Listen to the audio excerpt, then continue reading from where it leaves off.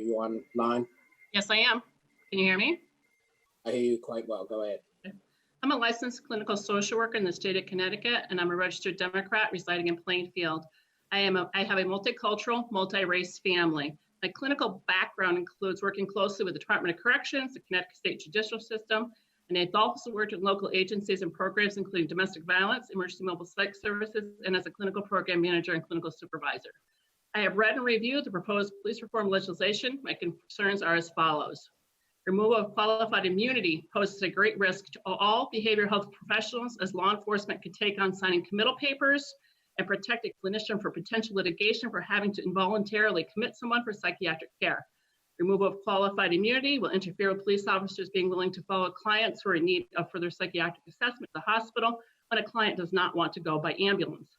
Removal of qualified immunity will interfere with an off-duty police officer stopping to assist in emergencies. This is detrimental to all residents living in rural areas. Removal of qualified immunity will add additional burdens to an already overworked and overloaded judicial system. The proposed unfunded mandates place a heavy financial burden onto police departments, and this trickles down to taxpayers. Unfunded mandates will cripple towns and cities in poor areas and devastate individuals and families of lower socioeconomic status. The proposed legislation misuses terms in the behavioral health field that are inaccurate and outdated. Mental health is an old term that carries stigma and shame. The correct word is behavioral health. Of importance to note is the fact that psychiatrists don't typically do mental health evals, they prescribe medication. It's important to know the difference. In reviewing use of force statistics in Connecticut, the data shows that use of force by police is actually very low. I can't comprehend why anyone would support extensive police reform. It doesn't seem warranted or necessary at this time.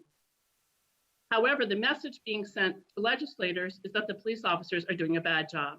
Given that this legislation is being considered during a special session and public testimony is limited and controlled, it seems as if legislators are trying to be willfully sly to unsuspecting taxpayers.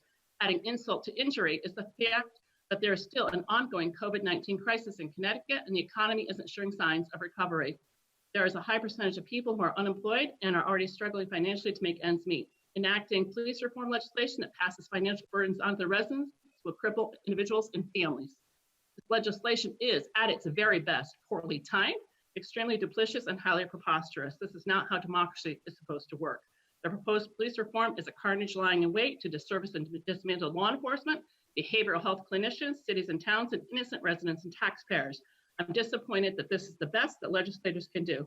This is not social justice, this is social destruction. For more information regarding the issues I have discussed, please see my written testimony.